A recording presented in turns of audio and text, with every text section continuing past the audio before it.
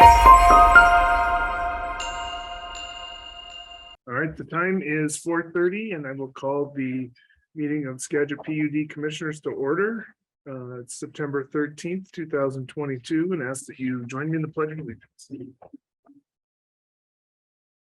I pledge allegiance to the flag of the United States of America and to the republic for which it stands, one nation, under God, indivisible, with liberty and justice for all. All right, so at this time, I would entertain a motion to approve the consent agenda items 1 through 4. So moved. Second. Motion and a second, all in favor, signify by saying aye. Aye. Opposed? Consent agenda has passed. We do have a SKAGIT net update on here tonight, but we're going to push that back until Sarah with the board can get here.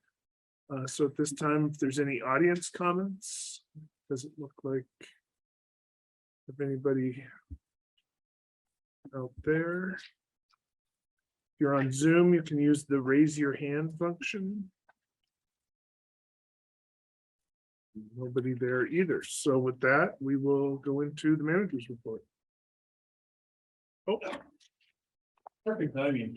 That's right. We want to just get her to come up now. Yeah, we don't have to sit down, sir. Come on up to the podium. Directed. So we will stick with our regularly scheduled program. It's called Just in Time. That's right. That's right. It's intentional. It's intentional. I was hoping I could finish chewing my cough drop first, so I wouldn't sound. Don't worry, it's not COVID. Well, hi, everyone. Spot or anything right away. No, this is good. I'm just rolling out of my commission meeting, and so anyway, we're good. Thank you for making space for me again. And I apologize for being late. Boy, I really commit to you that the next time I come to see you, I'm going to have a presentation that's just going to dazzle you with visuals. But for now, you have to see it in your mind's eye. Just a lot going on in broadband, lots of project work. We are right in the middle of finishing what we call segment 6, which is the backbone construction from Hamilton to concrete. And that was kind of our original final piece of the puzzle.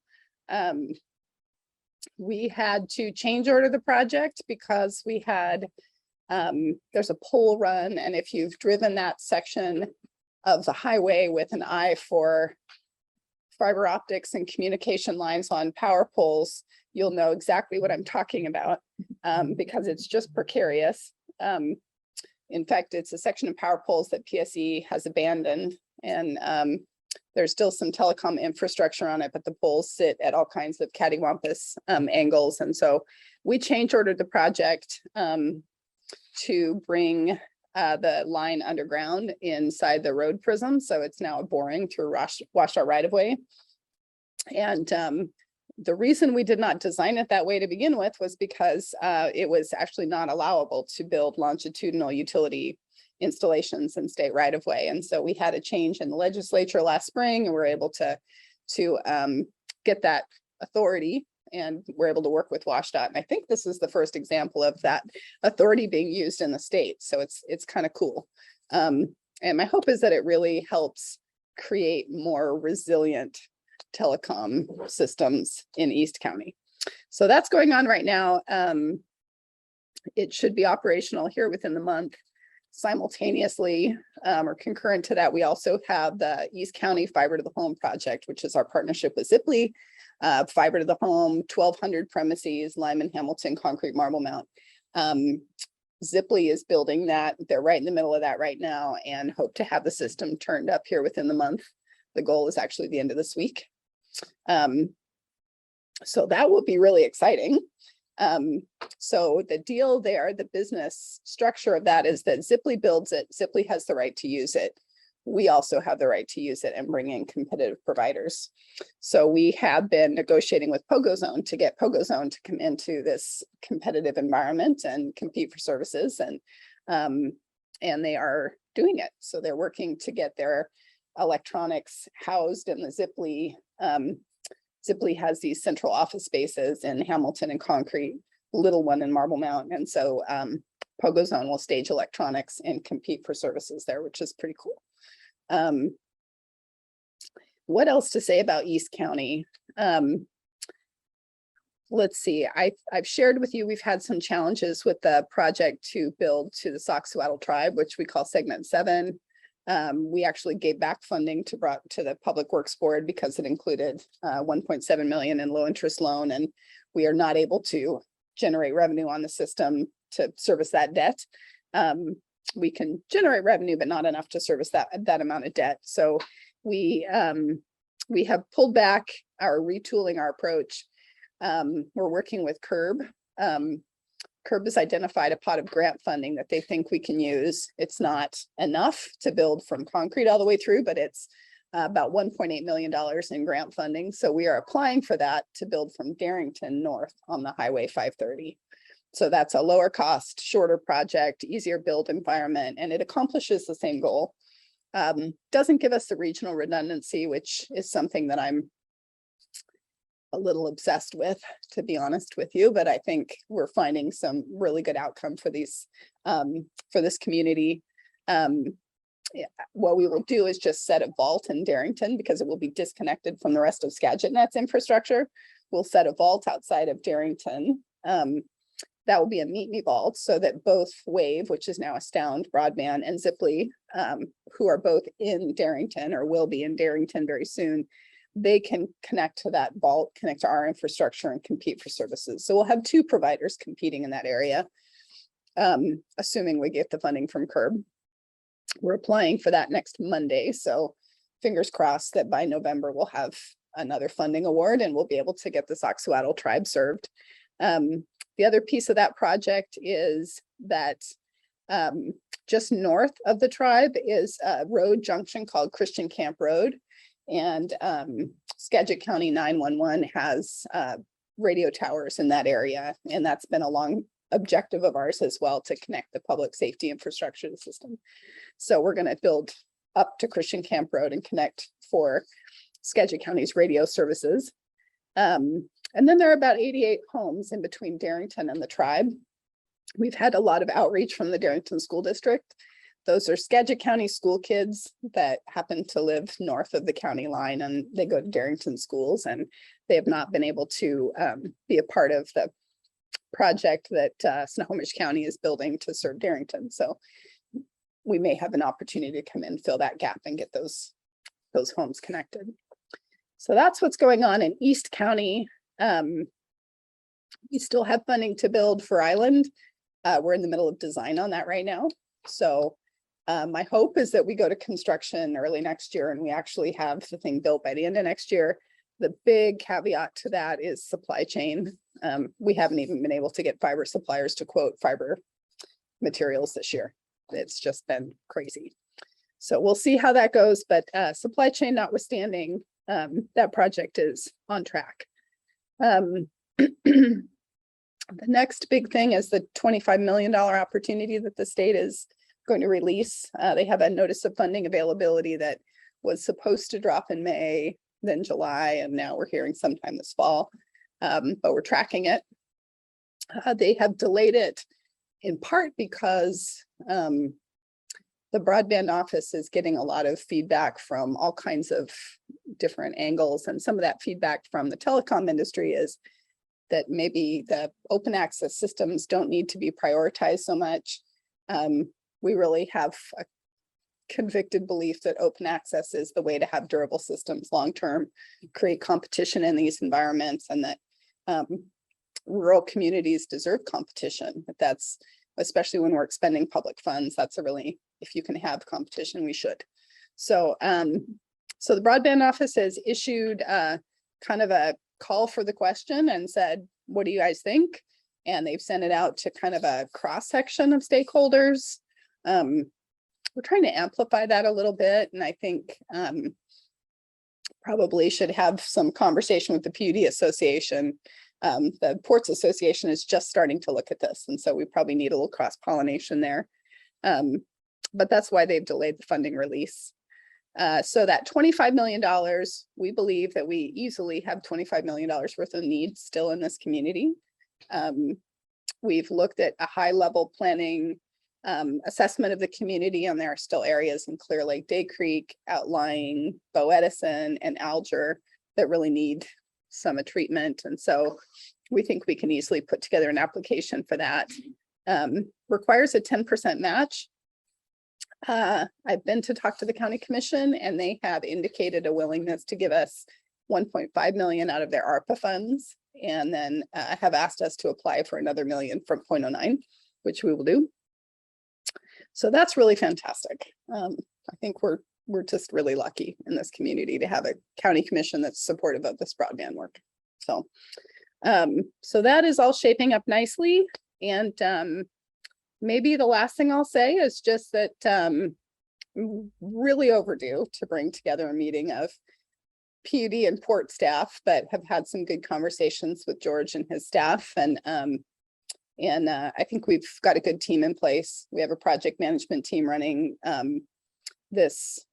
running the projects that are in play right now. And a new finance director on board at the Port of Skagit, who I think can really work well with your finance director, and we can put the team together and really get some good coordination going between the port and PUD.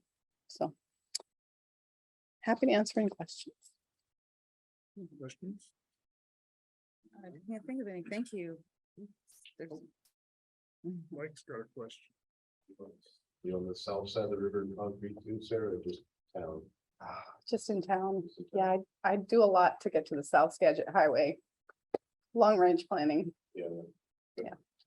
Yeah, and I know you all have. I think maybe I should be more explicit that there's a lot of need to connect the SCADA system. So we'll keep looking for those opportunities. Yeah. I was wondering how the South Seattle tribe feels about being kind of a little disconnected. They just happy about it. Yeah, they have a really substandard microwave service, or kind of a low bandwidth microwave service that costs them more than $8,000 a month. Yeah, I think they feel like they've really kind of been overlooked and missed, and I hope we can rectify that. We can work with the state on it. Yeah. So.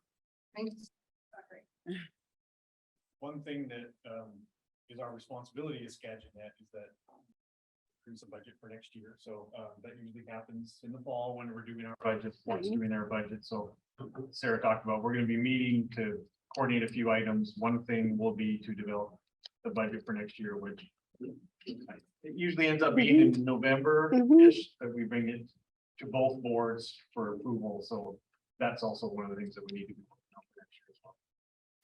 Plan about. You get to see all that. Thank you. All right, Good. thanks. Thank you, Sarah. All right. Thanks, Sarah. All right. All right, so next up, we will go back to managers. All right.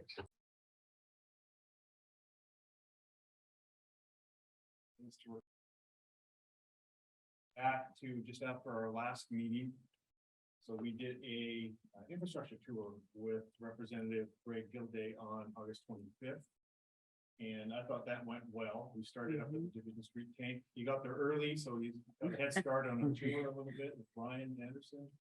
And then we went up to the treatment plant and spent quite a bit of time there talking and touring. I haven't heard back, but you know, in my opinion, I thought it went well. He had a lot of good questions and was interested in both aspects, the micro hydro and the treatment plant as well. So that was good. Looking ahead, next week is the Waputa Water Workshop in Spokane. So we have the full agendas come out. I think Lena sent that out a couple of weeks ago. So you'll notice there's a lot of presenters from from Skagit doing that. So there'll be a lot of staff there. You'll see when you attend those speakers and just staff attending. So hopefully, I think all three of you are registered. Signed up. Okay, good. Going back to the old format of doing it in person, so I'm sure there'll be a lot of people. On October 3rd at 2 p.m. we have that infrastructure tour at Swinomish Public Works.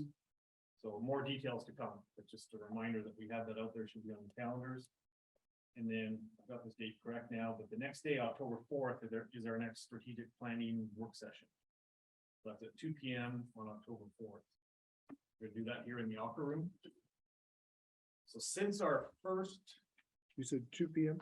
2 p.m. on October 4th. Yeah. We held one work session with everybody, including the commissioners, and our planning committee has held 2 meetings since then. And at the work session on the 4th, we're gonna bring forward a draft, not necessarily a draft plan, but draft goals for us to all talk about and discuss and see if we can narrow down even further. We've been making good progress as a planning committee on some changes and improvements on our plan. And then probably saw this morning, I shared the results of the follow-up staff survey about internal communication. I sent that out to everybody. So that was, I'm glad we did that. I think there were a lot of good comments on there that we can listen to and incorporate. If you haven't had a chance to read that yet, you should. There's a lot of comments. And then I think this is still going to happen, but the state auditor's office, September 19th, they're still planning to come in. So be on the lookout for more information related to the entrance conference. And then just a couple of specific things. So I talked about SKAGIT net budget a little bit earlier, but October is the first meeting in October is when we do our budget hearing. So that's October 11th. We'll provide you with more information on that coming up soon, because we have workshops on the Tuesdays in between meetings. So we'll come up. So basically every Tuesday in October, we'll probably meet either for a meeting or a work session. See, in the human resources field, just to catch you up, we're working on our updated salary study for non-rep staff. So in the process of doing that, Kathy and I are currently finalizing job matches with our comp agencies, and then later this month, we're going to move to the salary matches, and we'll hope to get that all wrapped up in time for the budget. So a lot of work involved with that, and Krista and Shannon are helping a lot. So that's nice. And then just a brief thing, Mark's probably going to mention this, but the transmission line project, we're getting to the point of tying in that upper portion above Clear Lake, between Clear Lake and the treatment plant, that's starting to get tied into our existing system, which is a huge milestone for us to get that whole part of that pipe off. So, I think over the next month, there's going to be multiple tie-ins scheduled up there. So. There's a lot more going on with the project. That's just a snippet. That's all that I have. Questions? Any questions? Yeah. Thanks. Hey, Mark, you are up.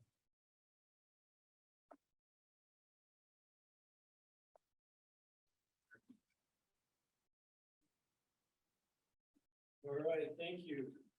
Let's see. Engineering update, we're gonna start with mission, vision, and values.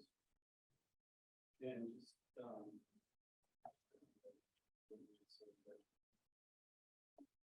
doing the quiz on Monday, and I forgot the word outstanding.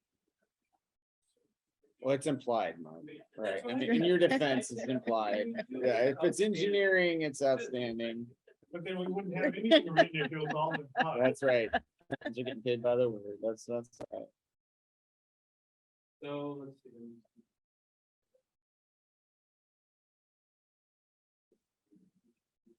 Administrative work. I don't know why I call it administrative work, but it's just kind of non-structural stuff that we do. This year this is going to advance like 5.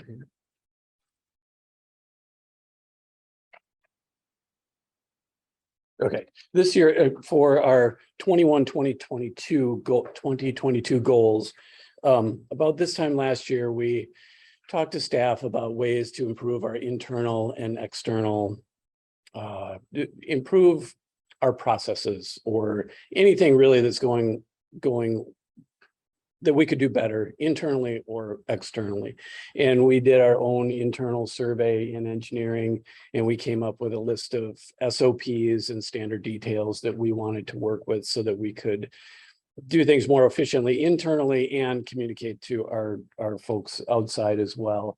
And really, I think, you know, we had a couple of different areas, project management, dealing with invoices and contracts and change orders, our electronic file structure, how we organize all of our electronic information. But then we had also some developer things, all of our, many of our service details that haven't been updated for a while. We updated those to reflect current equipment.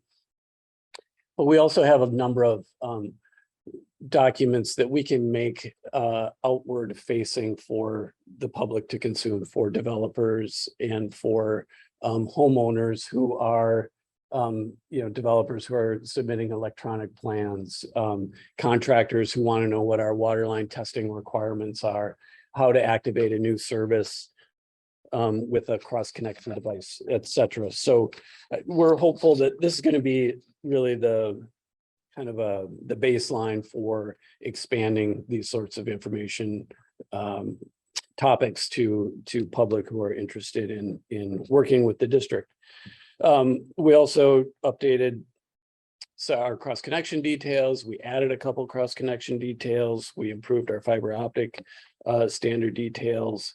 And again, just did some water service details updates to make them current. So it was really the whole engineering department participated in that goal. I think we learned a lot about what we do, and hopefully there'll be some better information available to the public. My last update was in May. Since that time, we got the official approval for our water system plan. That's a pretty big deal. Really significant accomplishments of that. Just to touch on this, we're updating our satellite service areas to include parcels that we would like to serve that were not included in the boundary prior.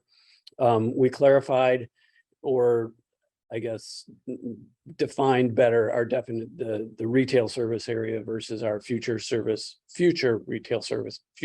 area in the Judy water system. And then really the capacity analysis that Mark Sumra and Bill did for our satellite systems is really tremendous moving forward, because again, that next water system plan is 2024 when we need to submit. So that'll be good for another 10 years. So we're going to submit for the whole 10-year plan.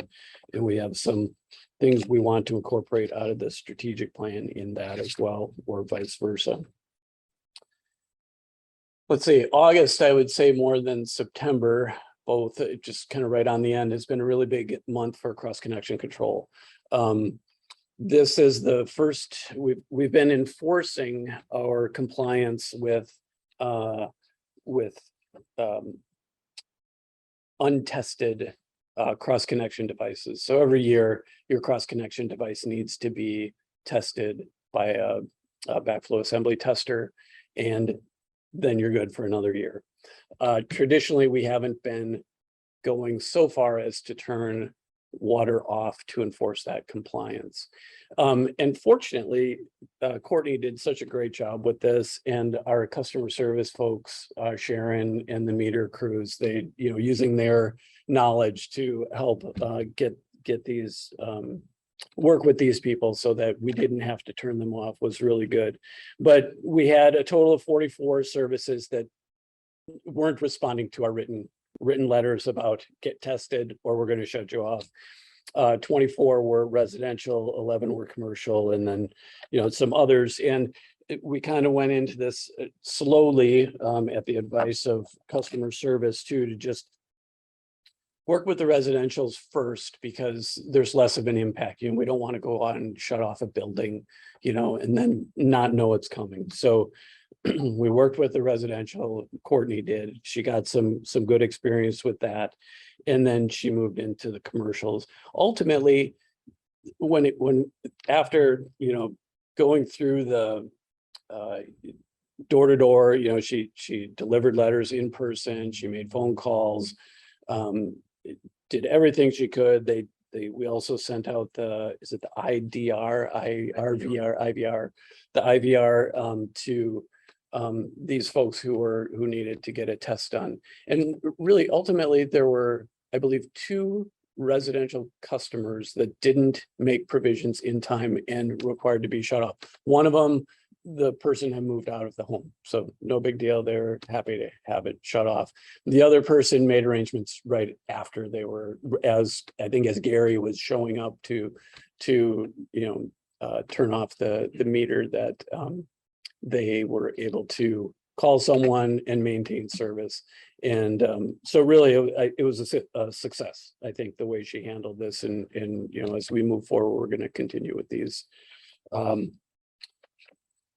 enforcement actions. And after 1 year getting through, people, I think they'll understand the next time, and it gives us a chance to update our records too. So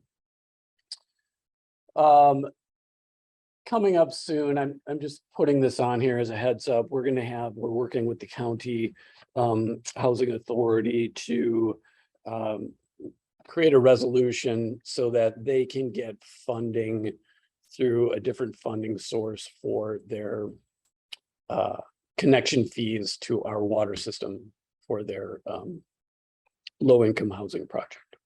So that's just a heads up. That's coming. Projects.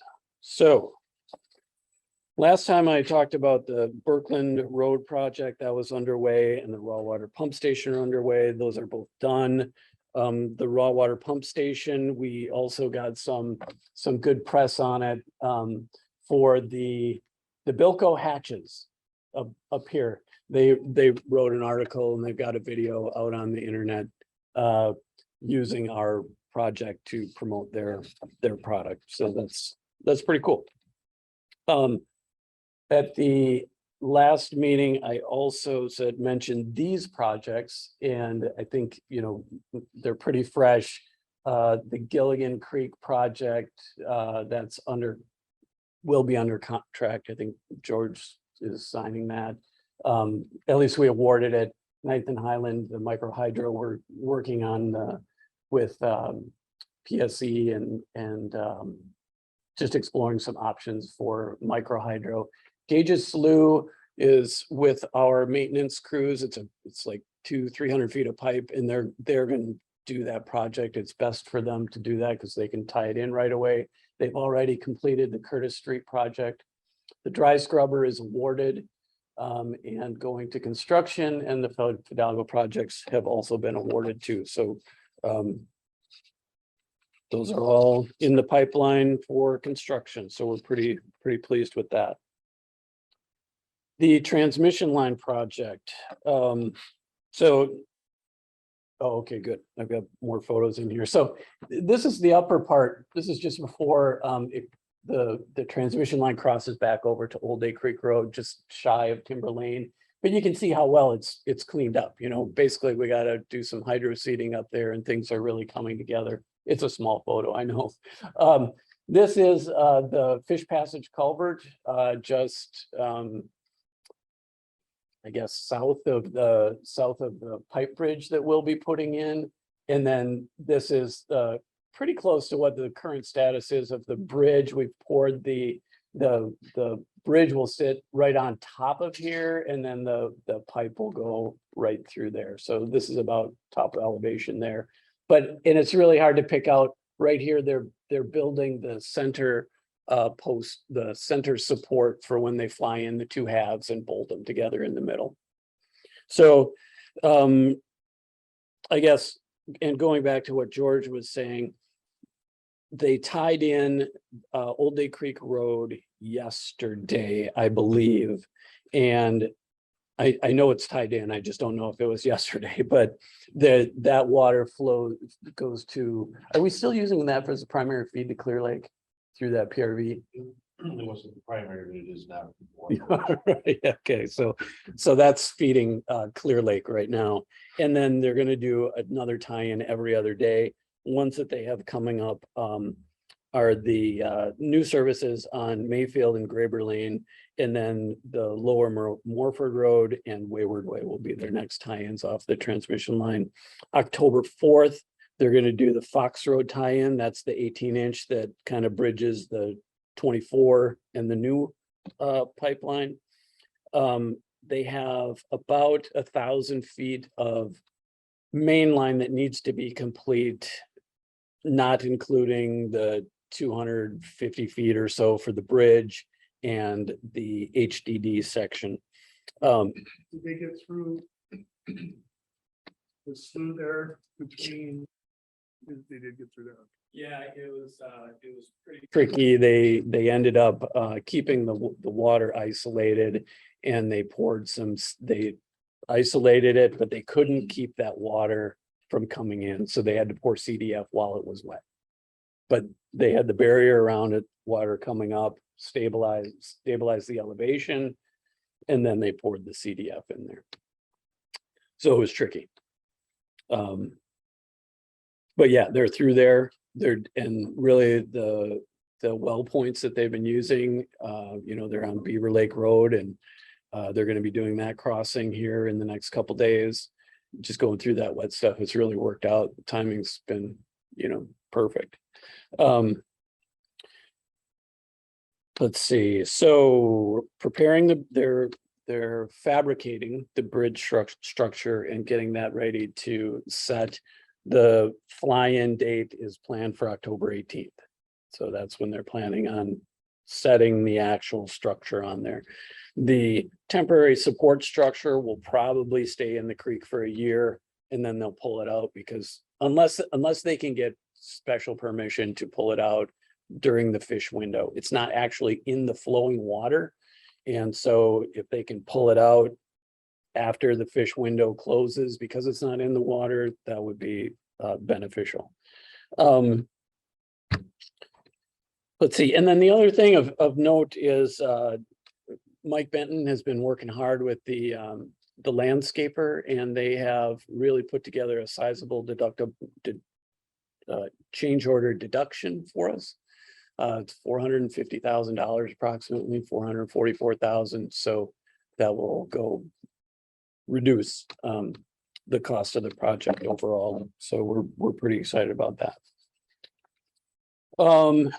New campus, the campus building, I'm sure you've seen the trees that are cut down. That's thanks to Kurt and operations. They put that contract together, I think. And so they're kind of clearing the way. That's really just set up for the new access to get in there. So we've got somewhere to put our new driveway. On the commission tonight, the agenda, there's the security consultant award. I'll talk more about that later. And I guess as far as status goes, we've just kind of been doing some little things around the edges and waiting on, we need our permit, but we think that we are on schedule for January bid. Put documents and get bid out by January. So that's what we're selecting furniture at current moment. That's true. That's true. And there's been some pretty good consensus around the tan chair. Not the color, just the form. Any questions? No. Thank you. I just want to reinforce one of Mark's points about the cross connection enforcement that we had to go through this recently. That was a long time building Thank when you, you Mark. don't get people responding to doing the testing. And Courtney and Bill and Mark were really careful about how we walked into that, because there was commercial businesses on that list. And I spoke to Commissioner Linquist about this. Like, it had the potential of going sideways and something weird happening and shutting off a business that wouldn't be good for us. So Courtney's approach to doing it, all the touching and personal reaching out, I worked great. Obviously, it took a lot more time. You want people to respond quicker than that, but I'm glad it worked out the way it did. She did a great job at doing that. So it's worth mentioning that for sure. Shutting off people is just not fun, as Sharon does too. It creates a lot of work on the downstream end. So having not having to do that was really helpful. What was the window? Like, Well, like Mark said, you're supposed to get your device tested every year. yeah, And so we approved a policy, a change to our cross connection enforcement policy. I think it was in 2020, I think, something like that. But we just never enforced it because during COVID, we couldn't do shut-offs. So there was no point in pushing that policy because we weren't gonna enforce it. So it wasn't until the moratorium ended, Courtney got back into it, said, we need to start, living up to the policy. So, Mhm. she gave them some time. It was a couple of months, they Okay. got, Yeah. I think, 4 letters. 3, okay, so 3 letters, which is even a little bit more than what's. Yeah, yeah. so, A lot of Yeah. time. Mhm, I mhm. think people were just wanting to see. Yeah, Wait till last minute. Yeah, and in the end too, I mean, one of the qualifying criteria was if you had a scheduled test. It wasn't, you have to have this test, but it was at least give us evidence you've called and scheduled the test. So, and we're just, so far it's all worked out. Yeah, Yeah. it's fair, right? Just say you commit to scheduling it and then we'll turn you, lead you on. That worked out.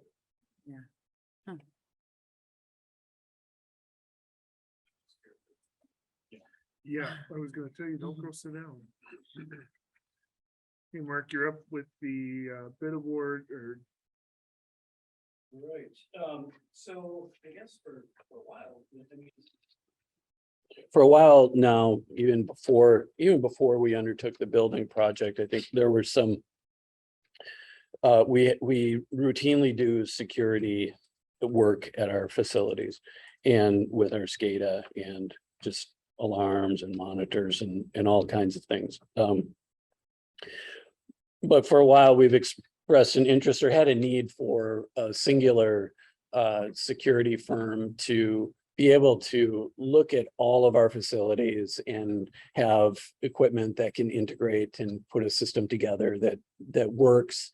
And not have it piecemealed together. So we went through a process we advertised for a security consultant and, installer, designer, someone who maintains it. We got some responses to that RFQ.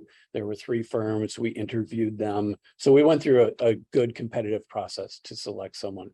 At the end of that, which was July, we put together a sole source form. We made them a sole source contractor, and that was always our intent going into it, that we would go through this competitive process once, get the qualifications for someone, and then kind of merge with them so that they can be our security consultant, much like QCC does our SCADA. They come in, they know our system, they know what we need. So these guys will provide maintenance, design and installation. So this task order is the first task order that we're providing them for our main campus here. And we expect to be doing some work with them in the future. Typically, these are because for a new building, especially when it's integrated with our other buildings, typically it's very common for the owner to solicit that work. So it's not through the contractor because we have a preferred vendor that we want to use for this. Otherwise, we got to tell the designer or the contractor to use this guy and then we'll pay you. And it just gets a little bit messy. So this is for design of routing and systems for the new building and installation of hardware as well.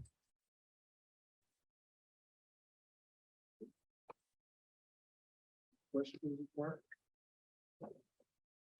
Nope.